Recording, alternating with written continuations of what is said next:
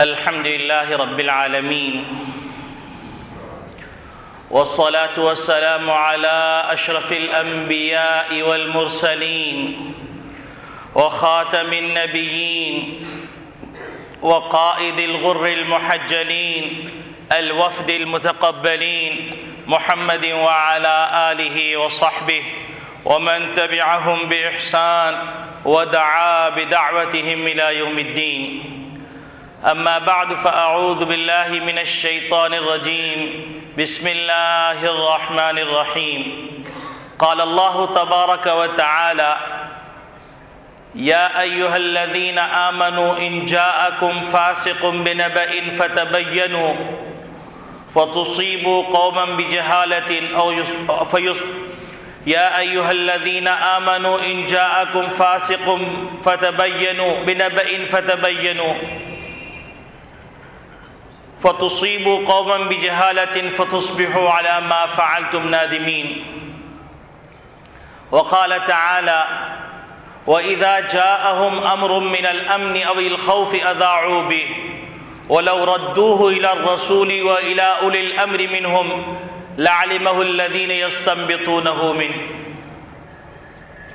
وقال النبي صلى الله عليه وسلم: كفى بالمرء كذبا أن يحدث بكل ما سمع. وقال النبي صلى الله عليه وسلم: بئس مطي الكذب زعموا. وقال النبي صلى الله عليه وسلم: إذا أصبح ابن آدم فإن الأعضاء كلها تكفر اللسان فتقول اتق الله فينا فإن استقمت استقمنا، او كما قال علیہ الصلاۃ والسلام. میرے محترم بزرگوں، عزیز دوستوں، دینی اسلامی بھائیوں، اللہ رب العالمین نے اس کائنات کو بنایا اور اللہ ہی جانتے ہیں کہ اس کائنات کو کیسے چلانا ہے. اللہ رب العالمین نے انسان کو پیدا فرمایا اور اللہ ہی جانتے ہیں کہ اس انسان کو کیسے چلانا ہے. اللہ رب العالمین نے انسان کے وجود کے اندر ایک پوری کائنات رکھ دی ہے اور اس کے ایک ایک حصے پہ غور کیجئے تو اللہ رب العالمین کی قدرت روز روشن کی طرح واضح نظر آتی ہے. اور انسان بے ساختہ پکار اٹھتا ہے: ربنا ما خلقت هذا باطلا سبحانك فقنا عذاب النار.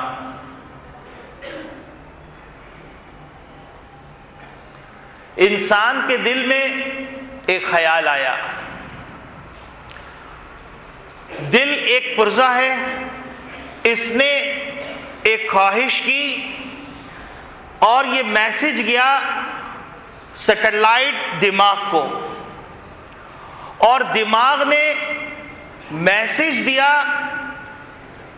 دنیا کے ٹاور زبان کو، اور زبان نے دل اور دماغ کی ترجمانی کرتے ہوئے بات سامنے والے کو ڈیلیور کر دی، اور اس میں چند ساعتیں لگیں.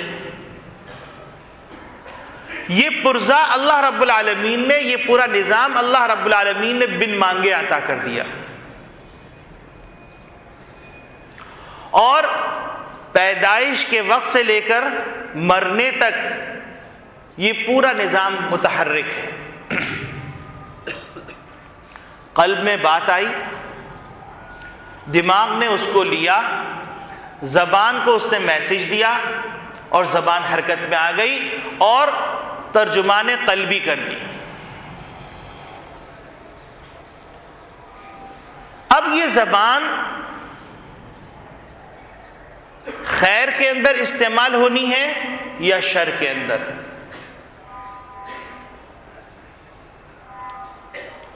اور اس زبان کی کتنی اہمیت ہے اس کا اندازہ اس بات سے لگایا جا سکتا ہے کہ یہ زبان حرکت میں آئی کلمے لا الہ الا اللہ کہا تو دنیا آخرت اور دین سب کے خیر کے فیصلے ہو گئے. کلمے کفر کہا تو خسرت دنیا والآخرہ، دونوں چیزیں تباہ ہو گئی.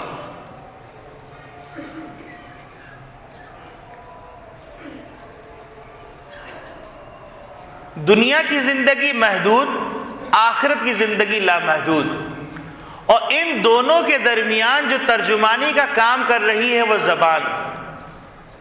تو زبان کی وسعت، گہرائی، گیرائی، اہمیت، افادیت، تنوع، حسن و جمال سب کا اندازہ ہو جاتا ہے کہ زبان کتنی اہم چیز ہے. اور بدقسمتی سے انسان کی یہ مشینری جو استعمال ہو رہی ہے، اس مشینری کے اندر جو اہم پرزہ زبان ہے وہ غلط استعمال ہو رہا ہے،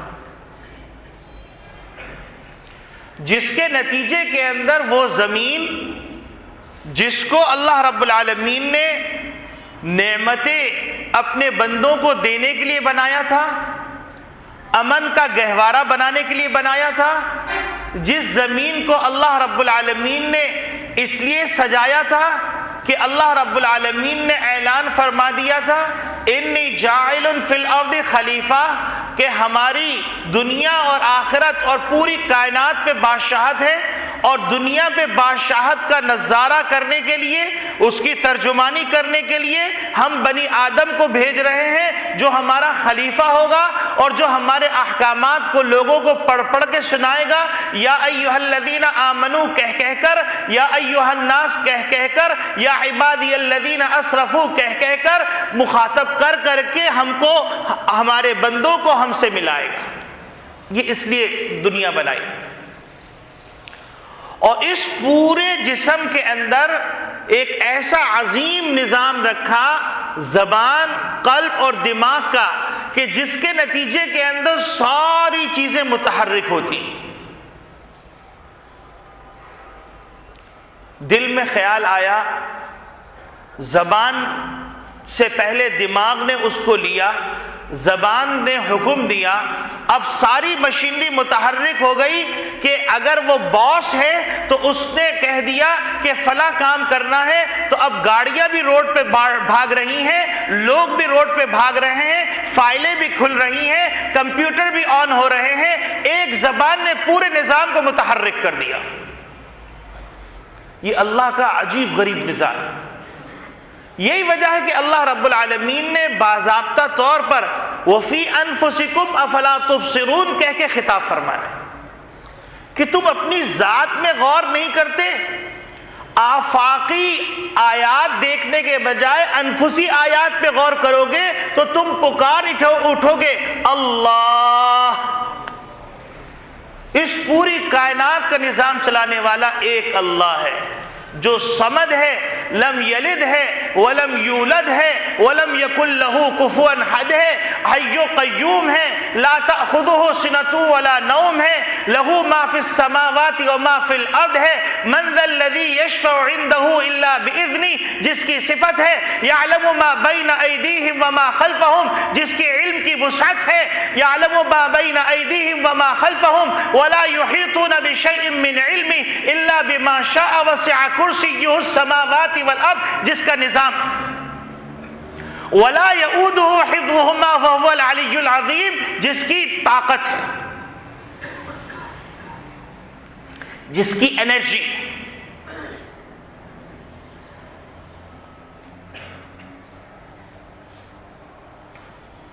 وہ پروردگار، جس پروردگار نے اس کائنات کو بنایا اور کائنات کو بنانے کے بعد وہ تھکا نہیں،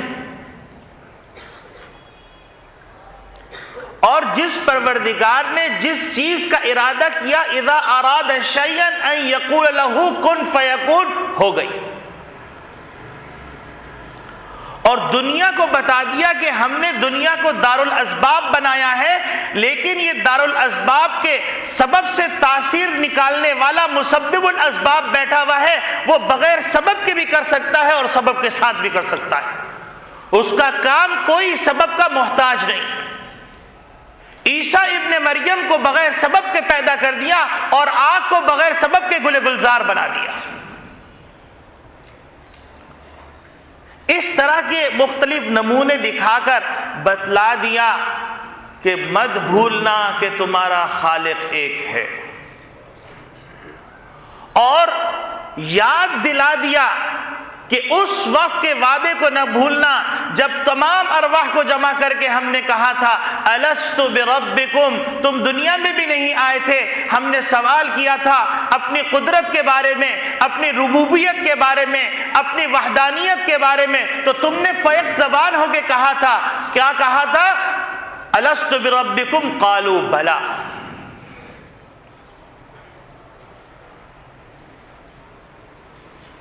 تو دنیا میں آنے کے بعد، دنیا کی رنگ رنگیلیوں میں پڑنے کے بعد تم ہم کو نہ بھول جانا، اور دنیا کو دارالاسباب بنا کر، دنیا کو دارالاسباب بنا کر اسباب کے اندر تاثیر رکھ کر اور اسباب سے تاثیر نکال کر ہم نے تم کو بتلا دیا کہ جب ہم چاہیں گے تو اسباب میں تاثیر ڈال دیں گے، اور جب چاہیں گے اسباب سے تاثیر نکال لیں گے، اور بغیر سبب کے وہ کر کے دکھا دیں گے جو تم سوچ بھی نہیں سکتے۔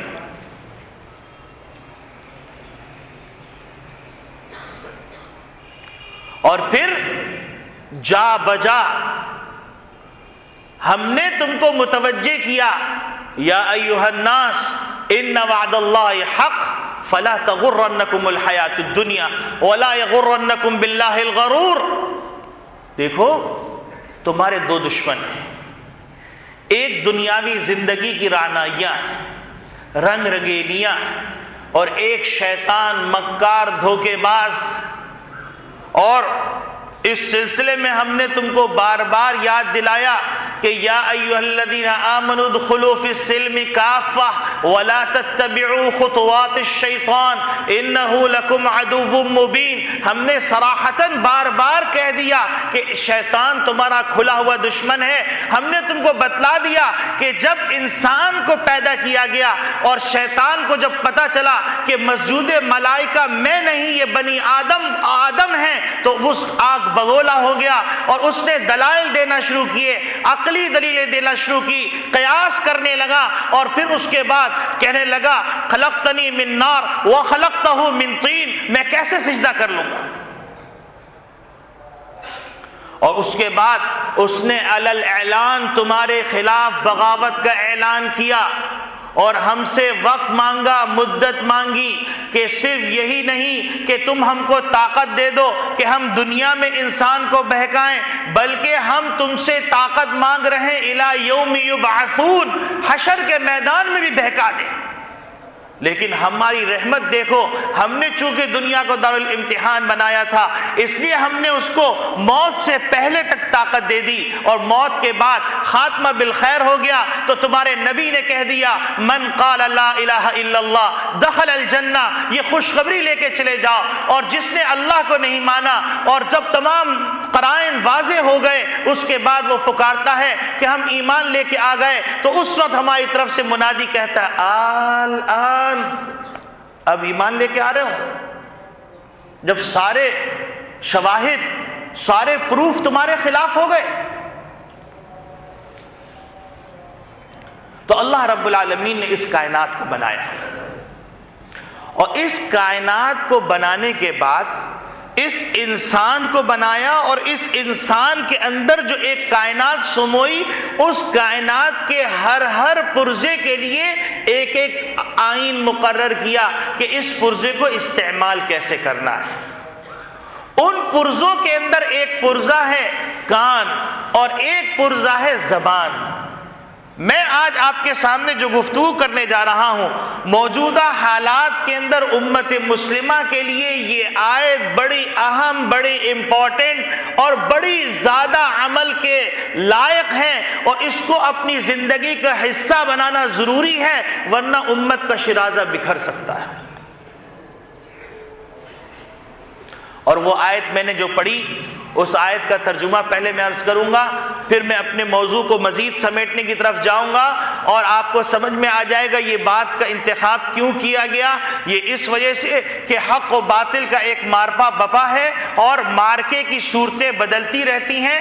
اگر بدر میں لڑنے جانا پڑتا ہے تو احد کے اندر صورتحال دوسری ہوتی ہے، تو احزاب کے اندر نفسیاتی جنگ ہو رہی ہوتی ہے۔ تو قیامت تک کے لیے بتلا دیا گیا کہ جنگ کی ٹیکنکس بدلتی رہیں گی اور جنگ کے گر بدلتے رہیں گے اور جنگی تدبیریں بدلتی رہیں گی۔ تو ہر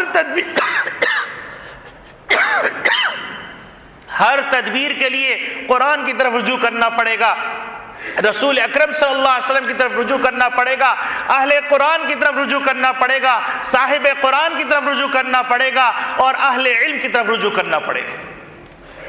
اگر اطمینان چاہیے، اگر سکون چاہیے، اگر راحت کی زندگی چاہیے۔ اب آپ دیکھیے پہلی آیت جو میں نے تلاوت کی، اس میں اللہ رب العالمین ارشاد فرما رہے ہیں یا ایھا الذین آمنوا ان جاءکم فاسق بنبأ، اے ایمان والو اگر کوئی گناہگار شخص کوئی خبر لے کے آتا ہے، فتبینوا، ذرا ہوشیاری سے کام لیا کرو، ہر سنی سنائی بات پر اعتماد مت کر لیا کرو، اور اعتماد کر کے انتشار مت پھیلانا۔ اس وقت پروپیگنڈے کی دنیا ہے، اور جرمنی کے فلسفی کے مطابق کہ جھوٹ اس کثرت سے بولو کہ سچ کا گمان ہونے لگے، اس کے اوپر پوری دنیا کاربند ہے۔ سارے ذرائع ابلاغ، سارا میڈیا، تمام وہ وسائل جس کے ذریعے سے ایک میسج کسی تک پہنچ سکتا ہے، سب اس بات پر کاربند ہے کہ جھوٹ اس کثرت سے بولا جائے کہ جس کے نتیجے میں سچ کا گمان ہونے لگے۔ اس وقت ایسے ایسے ایس ایم ایس اور ایسے ایسے لوگوں کی طرف سے منسوب ہو کر اور ایسی ایسی خبریں، جو خبریں اگر کوئی بغیر تحقیق کے اس کے اوپر ایکشن لے تو پورا معاشرہ آگ کے انگارہ بن جائے اور یوں سمجھیے بھڑکتا ہوا ایک غار بن جائے یا بھڑکتا ہوا ایک تندور بن جائے اور لوگ اس میں گر گر کے جلتے رہیں، مرتے رہیں اور کوئی پوچھنے والا نہ ہو۔ اور یہ اللہ کے ایک حکم کو چھوڑ دینے کے نتیجے میں ہو رہا ہے اور مسلم معاشرے کے اندر ہو رہا ہے۔ تو میں آپ لوگوں کو اور اس منبر کے ذریعے سے پورے قوم کو متوجہ کرنا چاہ رہا ہوں کہ اللہ کے اس حکم کو مضبوطی سے تھام لو اگر اپنی نسلوں کی حفاظت چاہتے ہو۔ اور وہ حکم کیا ہے؟ یا ایھا الذین آمنوا ان جاءکم فاسق بنبأ، اے ایمان والو اگر تمہارے پاس کوئی گناہگار شخص، فاسق شخص، نافرمان شخص کوئی بھی خبر لے کے آتا ہے، نبأ کے اندر نون تنوین جو ہے آپ تقلیل کا مان لیجئے، تعظیم کا مان لیجئے، یعنی معمولی سے معمولی خبر لے کے آتا ہے یا عظیم سے عظیم خبر لے کے آتا ہے، فتبینوا، ہوشیاری سے کام لو۔ کیوں ہوشیاری سے کام لو؟ فتصیبوا قوما بجہالۃ، کہیں ایسا نہ ہو کہ تم ناسمجھی میں، بے وقوفی کے اندر اور حماقت کے اندر کسی کو نقصان پہنچا دو، اور جب حقیقت حال تمہارے سامنے آئے فتصبحوا علی ما فعلتم نادمین، اپنے کیے ہوئے کرتوتوں میں ندامت اور شرمندگی کے آنسو بہاؤ اور آنسو بہانے کے لیے کچھ نہ رہے، کفے افسوس ملتے رہو اور ملتے ملتے تمہاری ہتھیلیاں چھل جائیں لیکن تمہیں کچھ حاصل نہ ہو۔ اس وقت آنے سے پہلے اپنے کریکٹر کو، اپنے کردار کو، اپنے گفتار کو، اپنے سخن کو درست کر لو۔ یہ اللہ کا ایک حکم ہے۔ یہ حکم کس پس منظر میں نازل ہوا، اس پس منظر کو سامنے رکھیے تو اس وقت کی صورتحال پہ اس کا انطباق جب کریں گے تو آپ کو سمجھ میں آ جائے گا کہ اللہ رب العالمین کا یہ کلام مجید ہر زمانے کے ہر فرد کے لیے ایک مشعل راہ ہے اور ہر واقعے کے اندر رہنمائی کرتا ہے، لیکن فراست ایمانی کی نگاہ سے دیکھا جائے تو ہوا یہ کہ بنو مستلق ایک قبیلہ تھا. اس قبیلے کے ایک سردار تھے حارث بن ضرار رضی اللہ تعالی عنہ، جن کی صاحبزادی ہیں حضرت جویریہ بن حارث رضی اللہ تعالی عنہا، جو امہات المومنین میں سے. حضرت حارث بن ضرار رضی اللہ تعالیٰ عنہ نے اسلام قبول فرمایا اور نبی کریم صلی اللہ علیہ وسلم سے پوچھا کہ اے اللہ کے رسول آپ کیا حکم فرماتے ہیں؟ تو نبی کریم صلی اللہ علیہ وسلم نے فرمایا نماز کے قائم کرنے کا اور زکوٰۃ دینے کا. تو حارث بن ضرار رضی اللہ تعالیٰ نے فرمایا کہ اے اللہ کے رسول میں اپنے قبیلے بنو مستلق میں جاؤں گا، لوگوں کو سمجھاؤں گا اور ان لوگوں کو اس بات پر آمادہ کروں گا.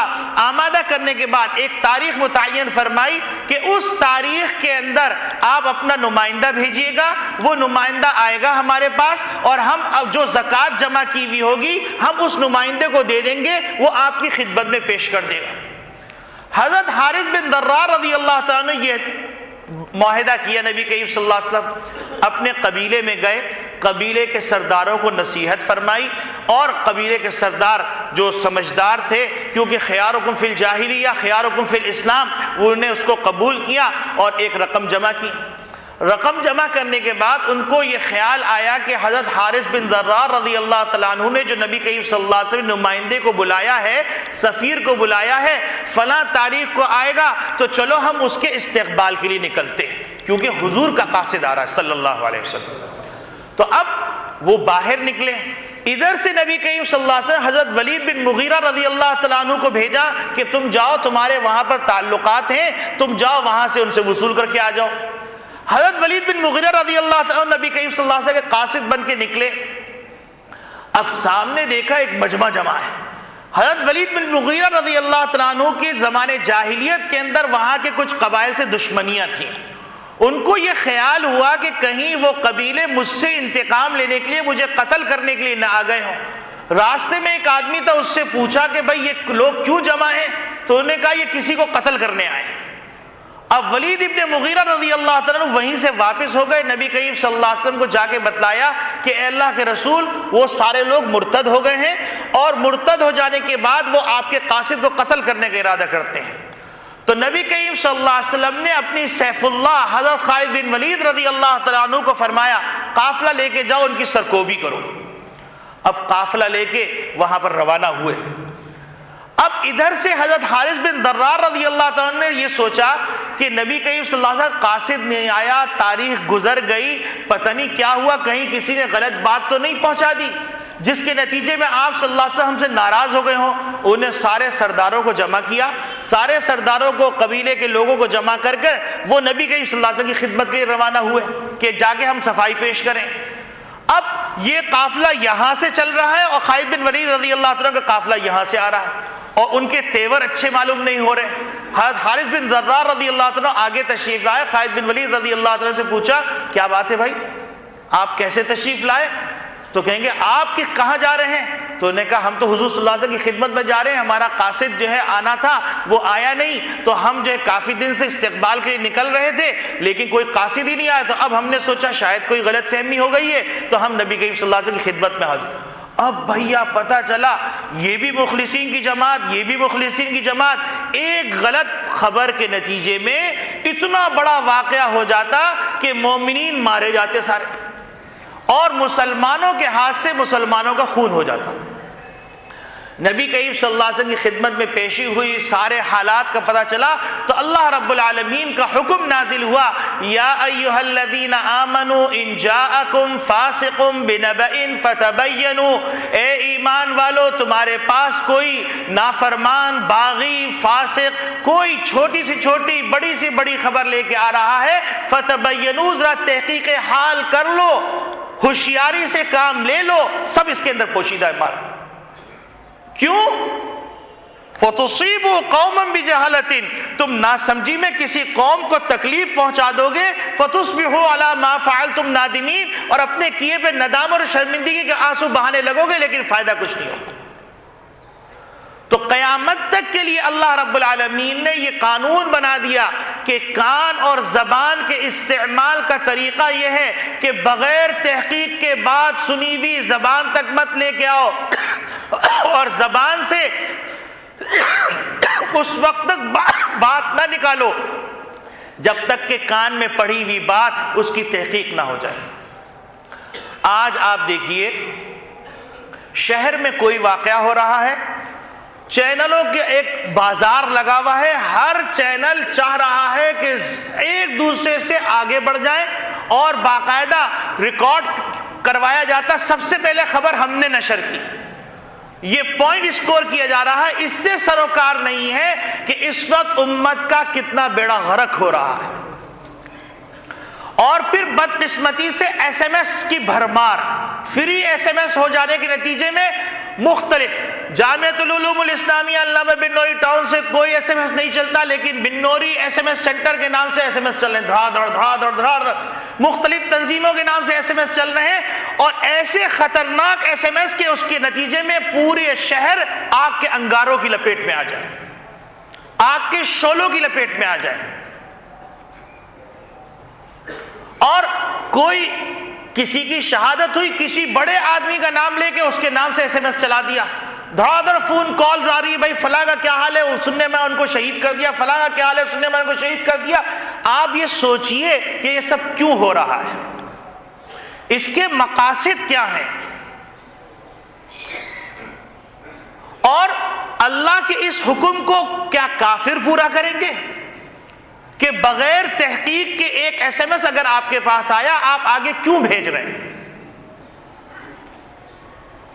حتیٰ کہ نبی کریم صلی اللہ علیہ وسلم نے عجیب غریب بات فرمائی، انسان دو طرح کے ہوتے ہیں، ایک انسان کو اس بات کی پرواہ نہیں ہوتی کہ میری طرف جھوٹ کی نسبت ہو یا نہ ہو، وہ دے دھنا دن جھوٹ بولتا رہتا ہے، اس کے بارے میں تو نبی کریم صلی اللہ علیہ وسلم فرما دیا کفا بالمرء کذبا ان یحدث بکل ما سمع، اس آدمی کے پلے درجے جھوٹے ہونے کے لیے کافی ہے کہ سنی سنی بات آگے نقل کرتا رہتا ہے۔ اور دوسرے شخص کے بارے میں دوسرا شخص وہ ہوتا ہے جو جھوٹ تو بولنا چاہتا ہے لیکن جھوٹ کی نسبت اپنی طرف کرنا نہیں چاہتا، تو اس کے لیے بھی نبی کریم صلی اللہ علیہ وسلم نے فرما دیا بئس مطیۃ الکذب زعموا، کہ وہ یوں کہتا ہے سنا ہے کہ یہ خبر چل رہی ہے اور ایس ایم ایس چلا رہا ہے، تو نبی کریم صلی اللہ علیہ وسلم فرما رہے ہیں بدترین جھوٹ کی سواری یہ ہے کہ آدمی یوں کہے فلاں کا خیال یہ ہے۔ نبی کریم صلی اللہ علیہ وسلم نے اس گناہ کو بھی روک دیا کہ اگر تمہیں تحقیق نہیں ہے، تم اپنے آپ کو بچانے کے لیے کہ تمہاری طرف جھوٹ کی نسبت نہ ہو، اگر کھل گئی بات تو وہ پوچھیں گے کہ بھائی آپ کے پاس کیسے آیا، کہ بھائی مجھے معلوم نہیں، تو اب فقہا فرماتے ہیں یہ دو حال سے خالی نہیں ہے حرکت، ایک حال تو یہ ہے کہ آپ کے ہاں یہ جو لوگوں کا خیال ہے صحیح ہے یا غلط، اگر آپ کے ہاں یہ بات صحیح ہے تو بینہ پیش کیجیے، اور اگر بینہ پیش نہیں کریں گے تو آپ کی گواہی معتبر نہیں، اور اگر آپ کے ہاں یہ بات سچی ہے سچی نہیں ہے تو سچی نہیں ہے تو آپ نے آگے نقل کیسے کر دی؟ تو نبی کریم صلی اللہ علیہ وسلم فرماتے ہیں کہ اس طرح کہنا کہ خیال یہ، اس کا مفہوم یہ بنتا ہے، اور اسی طریقے سے بات کے بتنگڑ بنتے ہیں، اور اسی طریقے سے پوری دنیا کے اندر وبال کاٹا جاتا ہے، اور ہم یہ سمجھ رہے ہیں کہ میڈیا شرعی حدود کا پابند نہیں ہو سکتا۔ قرآن کے اوپر غور کیجیے تو سمجھ میں آ جائے گا کہ میڈیا کی شرعی حیثیت تو میں نہیں بیان کر رہا، لیکن میڈیا کی ذمہ داری، چاہے وہ اخبار کی صورت میں میڈیا استعمال ہو رہا ہو ذرائع ابلاغ کے اندر، چاہے وہ رسالوں کی صورت میں استعمال ہو رہا ہو، چاہے وہ ایس ایم ایس کی صورت میں استعمال ہو رہا ہو، چاہے وہ سیٹلائٹ کے ذریعے سے کسی بھی طریقے سے استعمال ہو رہا ہو، یہ سب لوگوں کے لیے خطاب ہے قرآن کریم کا، اپنی ذمہ داری کو نہ بھولو، اور یاد رکھو کہ جھوٹ بولنے والے کے بارے میں نبی کریم صلی اللہ علیہ وسلم فرمایا یہ منافق ہے، اور منافق کے بارے میں فرمایا ان المنافقین فی الدرک الاسفل من النار، کہ منافقین کی جماعت جہنم کے سب سے نچلے درجے کے اندر ہوگی، فیصلہ کر لو کون بن کے جینا ہے، منافق بن کے جینا ہے یا مسلمان بن کے جینا ہے؟ مسلمان بن کے جینا ہے تو اس مشینری کو اس کے بنانے والے خالق کائنات کے قوانین کے مطابق استعمال کرنا پڑے گا. یہ کان کی مشینری کو اسی کے مطابق استعمال کرنا پڑے گا، آنکھ کی مشینری کو اسی کے مطابق استعمال کرنا پڑے گا. لوگ کہتے ہیں جدید وسائل کا حل نہیں ہے. قرآن پکار پکار کے کہہ رہا ہے کہ تم پڑھ کے تو دیکھو، افلا یتدبرون القرآن افلا یتدبرون القرآن. قرآن میں غور نہیں کرتے کیا؟ شترے بے مہار کی طرح بھاگے چلے جا رہے ہیں، اور یہ خیال نہیں ہے کہ اوپر سے خالق کائنات سب چیزیں دیکھ رہا ہے، جو علیم بذات الصدور ہے، جو دلوں کے بھیدوں کو جانتا ہے. ما توسوس بہ نفسک، اس کو بھی جانتا ہے جو تمہارے دل کے اندر خیال آ رہا ہے. اس خالق کائنات کو بھلا بیٹھے، اپنے اپنے مقاصد کے لیے تم غلط خبریں مشہور کرنا چاہتے ہو. اور یاد رکھو نبی اکرم صلی اللہ علیہ وسلم نے فرمایا امت کے اندر جو انتشار پیدا کرتا ہے اس کے لیے نبی کے ساتھ سخت ترین الفاظ استعمال کیے، جس کو میں ابھی ذکر نہیں کر رہا، کسی موقع پہ عرض کروں گا.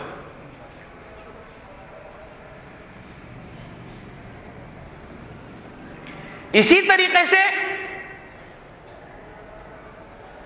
اپنے پوائنٹ اسکور کرنے کے لیے، اب وہ پوائنٹ اسکور مذہبی بنیادوں پہ کرنا ہو، مسلکی بنیادوں پہ کرنا ہو، سیاسی بنیادوں پہ کرنا ہو، قومیت کی بنیاد پہ کرنا ہو، تعصب کی بنیاد پہ کرنا ہو، کاروبار کی بنیاد پہ کرنا ہو، اقتصادیات کی بنیاد پہ کرنا ہو، منڈیوں کی بنیاد پہ کرنا ہو، کسی بھی بنیاد پہ کرنا ہو، یاد رکھو اللہ کے ہاں سخت ترین جرم شمار کیا جائے.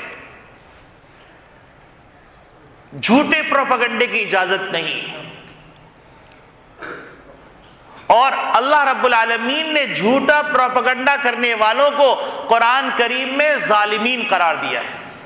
دیکھیے ان اللہ لا یہدی القوم الظالمین، اللہ رب العالمین ظالمین کی رہنمائی نہیں فرماتے. یریدون لیطفئوا نور اللہ بافواہہم واللہ متم نورہ ولو کرہ الکافرون. ظالمین کی ایک خاص صفت یہ ہے کہ وہ اللہ کے نور کو اپنی منہ شگافیوں کے ذریعے سے، پروپیگنڈے کے ذریعے سے اللہ کے نور کو بجھانا چاہتے ہیں. اور یاد رکھو اللہ کا قیامت تک کے لیے فیصلہ ہے واللہ متم نورہ ولو کرہ الکافرون. اللہ اپنے نور اسلام کو، اعلاء کلمت اللہ کو بلند کر کر رہے گا، خواہ اللہ سے نافرمانی کرنے والے، اللہ کا انکار کرنے والے، اللہ کا شرک کرنے والے ان کے لیے کتنا ہی سوہانے روح کیوں نہ ہو. یہ اللہ کا فیصلہ ہے.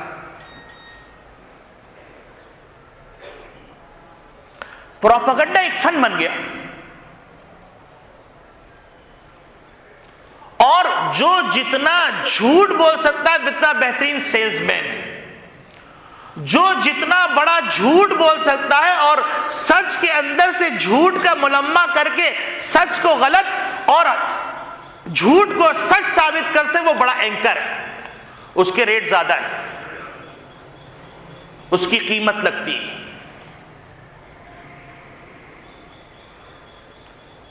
لیکن اللہ سے کچھ پوشیدہ نہیں.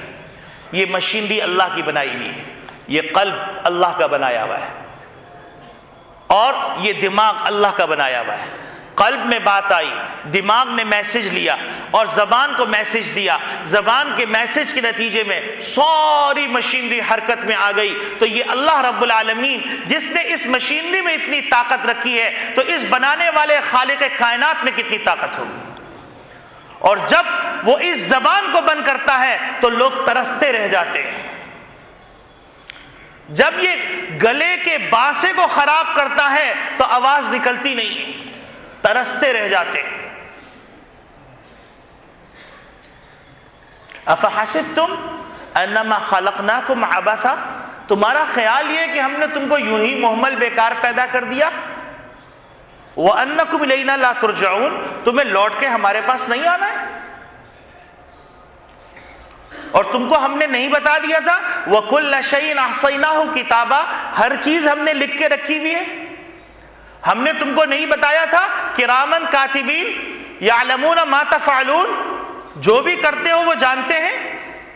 ہم نے تم کو نہیں بتایا تھا الْيَوْمَ نَخْتِمُ عَلَىٰ أَفْوَاهِهِمْ وَتُكَلِّمُنَا أَيْدِيهِمْ وَتَشْهَدُ أَرْجُلُهُمْ، ہاتھ پاؤں بولیں گے ہم نے نہیں بتایا تھا تم کو؟ وَإِذَا الصُّحُفُ نُشِرَتْ، صحیفے کھل جائیں گے، عام اقرؤ کتابیہ، جنتی کہے گا میرے اعمال نامے کو دیکھو، کافر کہے گا یا لیتنی لم اوت کتابیہ، ہاں یہ کیسا اعمال نامہ ہے، ما لہذا الکتاب لا یغادر صغیرۃ ولا کبیرۃ الا احصاها، سب کچھ اس کے اندر لکھا ہوا، دن کا کیا ہوا لکھا ہوا، رات کا کیا ہوا لکھا ہوا، چھپ کے کیا ہوا لکھا ہوا، کھلم کھلا کیا ہوا لکھا ہوا، سفارش پہ کیا ہوا لکھا ہوا، عہدے پہ بیٹھے کے لکھا ہوا کیا، غربت میں کیا ہوا لکھا ہوا، امارت میں کیا ہوا لکھا ہوا، غیر شادی شدہ حالت میں کیا ہوا لکھا ہوا، شادی شدہ حالت میں کیا ہوا لکھا ہوا، جوانی میں کیا ہوا لکھا ہوا، بڑھاپے میں کیا لکھا، تو کاش کہ یہ اعمال نامہ مجھے دیا ہی نہیں جاتا۔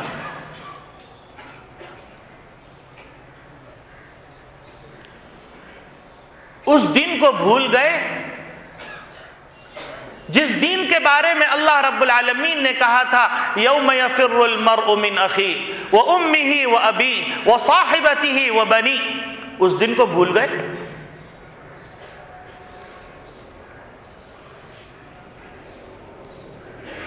تو میرے عزیز دوستو، بھائیو، بزرگوں، موجودہ حالات کے اندر جس حکم کو عام کرنے کی ضرورت ہے وہ حکم یا ایھا الذین آمنوا ان جاءکم فاسق بنبأ فتبینوا ان تصیبوا قوما بجہالۃ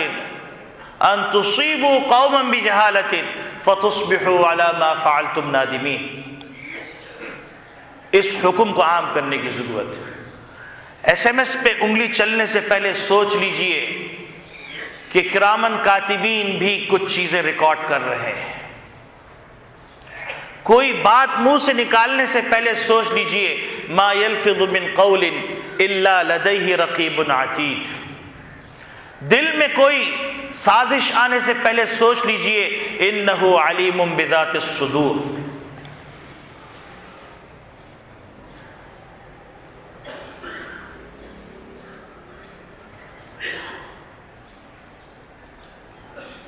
آنکھوں سے کوئی چیز دیکھنے سے پہلے سوچ لیجئے لا تدرکہ الابصار وہو یدرک الابصار وہو اللطیف الخبیر۔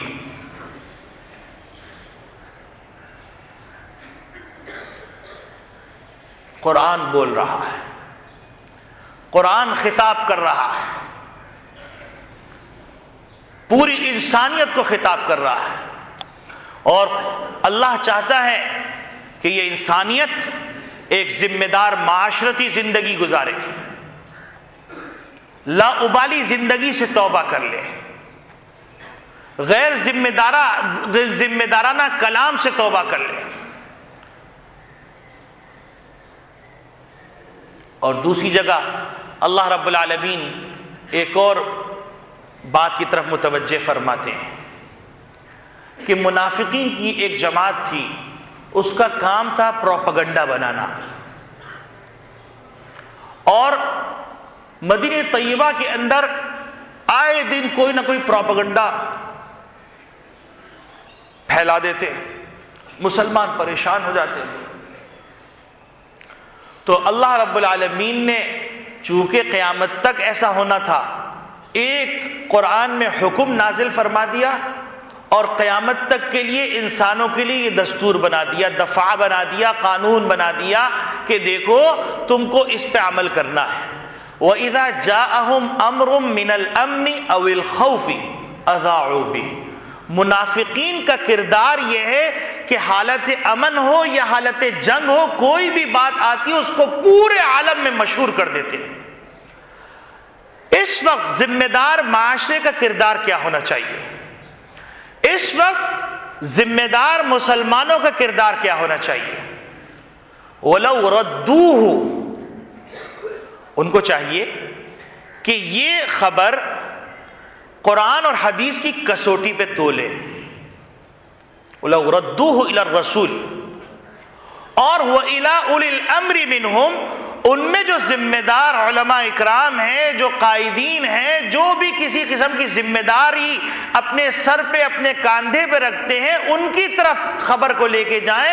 لَعَلِمَهُ الَّذِينَ يَسْتَنبِطُونَهُ مِنْهُ، کیونکہ ان کے اندر استعداد ہے صحیح اور غلط کی تمیز کرنے کی.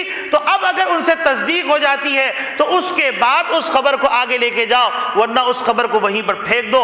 کیونکہ اب کل جیسے حضرت عبداللہ ابن عمر رضی اللہ تعالیٰ عنہما کا ایک جملہ میں یہاں پر نقل کر دینا برمحل سمجھتا ہوں کہ ان کے سامنے ایک شخص حجاج بن یوسف کے اوپر بہت سارے بہتان لگا رہا تھا. عبداللہ ابن عمر رضی اللہ تعالیٰ عنہما نے فرمایا بے شک حجاج بن یوسف کے بہت سارے گناہ ہیں، اس نے بہت سے علماء کو قتل کیا ہے، لیکن یاد رکھو اس کے ان گناہوں کی وجہ سے یہ نہ سمجھو کہ تم کو بہتان لگانے کی اجازت ہے. اگر قاتلین کے صف کے اندر حجاج بن یوسف کھڑا ہوگا اور مقتولین اس سے حساب مانگ رہے ہوں گے تو یاد رکھو حجاج پر جن لوگوں نے بہتان لگایا ہوگا، حجاج ان کا گریبان پکڑ کے کھڑا ہوگا کہ اے پروردگار عالم، یہ بات ان لوگوں نے میری طرف منسوب کی ہے، میں اس سے بری ہوں، مجھے بھی میرا صلہ دلوائیے. تو میرے عزیز دوستو بھائیو، بغض کے اندر اندھا نہیں ہو جانا ہے. یہ ہے اعتدال کا راستہ، یہ ہے امن کا راستہ، یہ ہے ہمارے اکابرین کا راستہ. لہذا ہر قسم کے SMS، ہر قسم کے پروپیگنڈے کو روک دیجیے، کل ورنہ اللہ کو جواب دینا پڑے گا. اور کرنے کا کام رجوع اللہ ہے. اور جب تک کوئی بڑا کوئی بات نہیں کہتا تو اپنے جذبات کو قابو میں رکھیے. یقیناً خون کے آنسو ہم سب رو رہے ہیں.